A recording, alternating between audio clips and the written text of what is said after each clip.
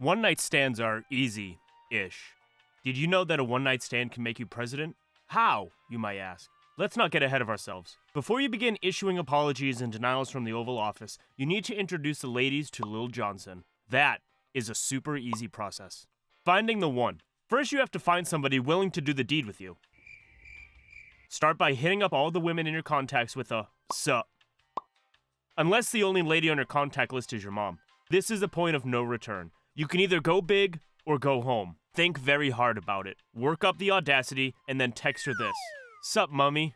You got any single friends?" This can either go one of two ways. Either she dies of shock or she dies of shock. That leaves daddy with the duty of finding you a super hot stepmom and a stepsis. While he searches, go hunt somewhere else. Focus on the locales where the ladies are already kinda DTF for maximum success. Avoid mosques, abortion clinics, and any girl who is loved by her father. Loving parents are the worst. That leaves girls on Tinder, the club, and the washing machine. Tinder is the slow route. You have to sacrifice your self-esteem every day for months on end just to get a single match. Then you have to text back and forth for weeks to make her feel comfortable enough to meet up in person. And when you do, you have to pretend that you also want a serious relationship. Frankly, there are much easier ways to reserve your spot in hell. Ways like checking if your stepmom is stuck in the washing machine. You might be lucky there, but you're more likely to find that she has her hand stuck in daddy's bank account, and now your inheritance is gone. But don't cry about it. Your dad bought this house for $12 with his paycheck from his part-time job at McDonald's while you were still in high school. If you just get a job, you can do it too. But in the meantime, you're trying to use somebody's daughter as a fleshlight. So go get out of the house and go rizz up that lucky girl in person. Preparation. Before you leave the house, you need to watch 137 videos of YouTube pickup artists trying to teach you how to rizz up the ladies. Lucky for you, I already did it, so you can just skip that. Just be interesting. Don't talk about the weather, don't talk about any other boring topics like work, and don't talk about the structural integrity of that condom in your wallet. I promise you it's still good. You've only been carrying it in your back pocket and sitting on it every day for 6 years. That's what the pickup artists advise, and you know you can trust them because they go the extra mile. They pay actresses to pretend they're regular girls on a night out. Next, you have to understand that one-night stands are all about chemistry. What do girls always say? I was drunk and he was cute, and it just happened. So, make yourself cute. 10 push-ups and you will be ripped AF. Just 10. If you do 11, you will become too big. Being super jacked is cool and all, but you can't get laid if you can't fit through the door. After your push-ups, skip the shower. In fact, skip the shower for 2 days, but not 3.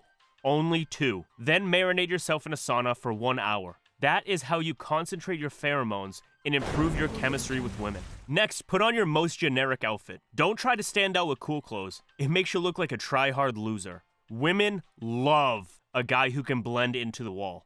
That's why they all hate rock stars. Women only have crushes on accountants. Finally, before you leave the house, rub one out and sprinkle a few droplets of that Johnson juice on your neck and wrists. Now, don't go overboard with this. Use too much and everybody, men and women both, will be breaking down your door to get a piece of that ass. The only problem here is that the 6'5", 300-pound monsters will beat up all the petite cuties to get to the front of the line. If you are a gay bottom with a linebacker fetish, great. If not, just say no homo before you get plowed. And if you only want the petite cuties, don't overcompensate the pheromones. You want people to only smell them when they're within touching distance. Stepping out.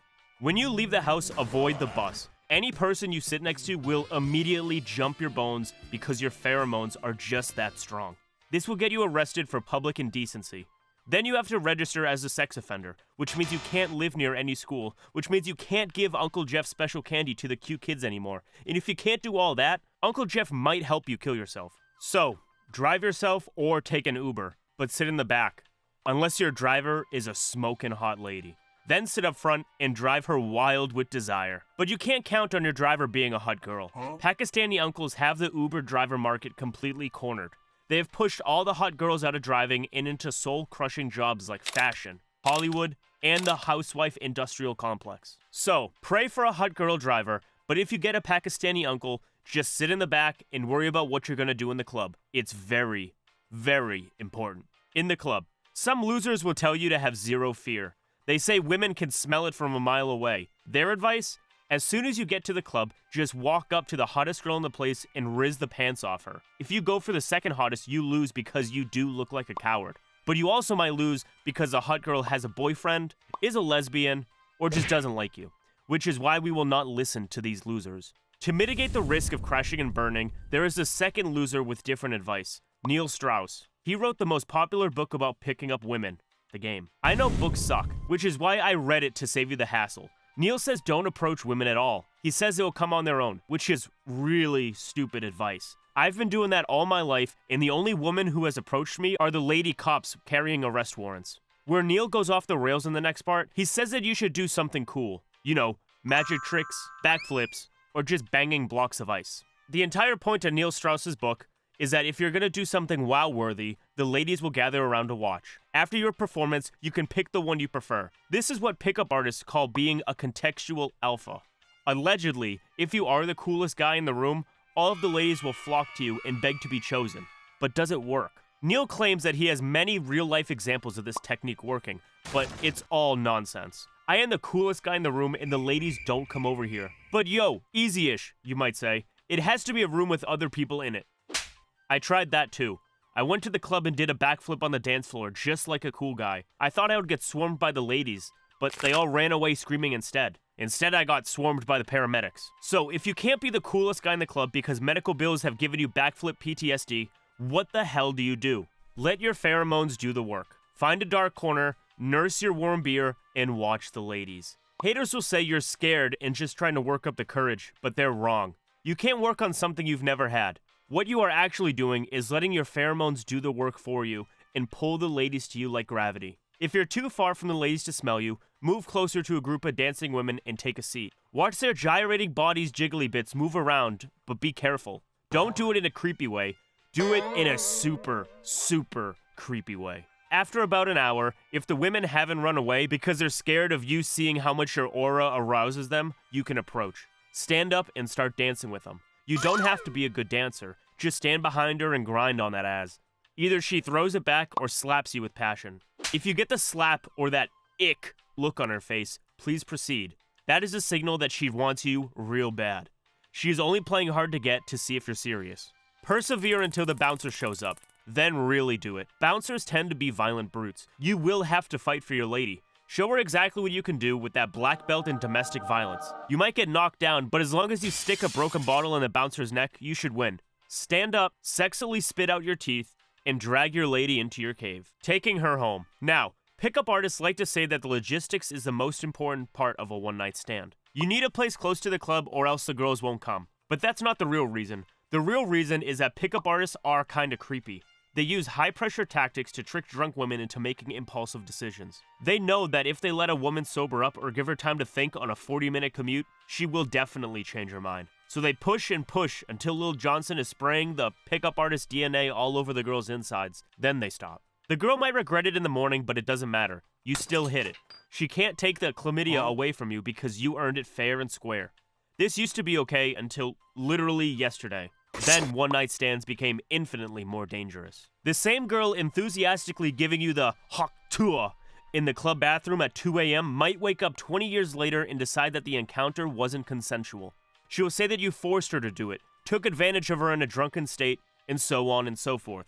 You were drunk too, but that's not relevant. Your real crime is being born with the ability to pee standing up while the poor ladies have to pee sitting down and still bleed for 5 days every month. Did you really think you weren't going to pay for that kind of inequality? The morality of retroactively withdrawing consent after the fact aside, allegations of sexual misconduct can really supercharge your presidential campaign, so go full steam ahead. Grab her by the kitty and show her you're the man. Doing the deed. Once you get to the bedroom, most girls will get very shy and say, I don't really do this. If she says this, believe her. It means she is a good girl. She only bangs strangers 17 times an hour, so practically a virgin. It's safe to go in raw. This is where you might discover a new problem. Whiskey dick. When you're drunk, Lil Johnson might decide to go on strike and cause performance issues. I'm not saying this from experience, obviously. My Johnson can't go on strike because it has never been anywhere near a woman. But in your case, what do? Pop the little blue pill, lubricate the opening with your tears, and give that lady the disappointment of her life. If you don't top the day her daddy went out for milk, you're doing it wrong. If Lil Johnson refuses to end the strike, there's one move left. Eat the clam. She has been dancing and sweating all night and then running off to pee every 2 minutes. The atmosphere should be perfect down there. enjoy the delicious aromas of rotting fish, and treat your tongue to the exquisite taste of battery acid. When she finally falls asleep from boredom, take a short break to puke and pick the pubic hair out of your teeth. Once you have gotten rid of all the hair strands except the one stuck in your throat, pray for a fun morning and go to sleep too. And because you have been such a good boy, God will definitely answer that prayer. The morning after. The morning after a one-night stand is always weird. First, you're going to have a brutal hangover. Your head will be throbbing and your eyes will be seeing double. But even as you're on the verge of going blind with pain, you can't resist the heart attack when you realize that your lady of the night is not as quite pretty as you remember. Congratulations. The beer goggles are gone, and you can now prove to your friends that you do not discriminate against ugly people. Nevertheless, it's time for her to go. You had your fun, and you don't need her anymore. You might consider pretending to be crazy so she just runs away, but there's always a 99% chance that she is way crazier than you and actually falls in love. Which is why honesty is the best policy. Just tell her to get the hell out. It's fun until she responds, "You dumb son of a bitch, this is my house." You look around, and there is a pickled penis in a jar on the side of her bed. You look down your pants in horror, but before you can confirm your worst fears, you hear her booming laughter. How could you possibly think something that big could be yours? It's mine. She keeps it by her bed because she misses it, and your self-esteem is destroyed. You run out of there as fast as you can, but you stumble into a kid. "Hi, Daddy," she says. "Ah, that. You kinda have your timelines all mixed up. You did have a one-night stand with the lady in the bedroom, but that was 5 years ago. God blessed you with a baby to teach you responsibility, but it's not working. Babies are terrible teachers."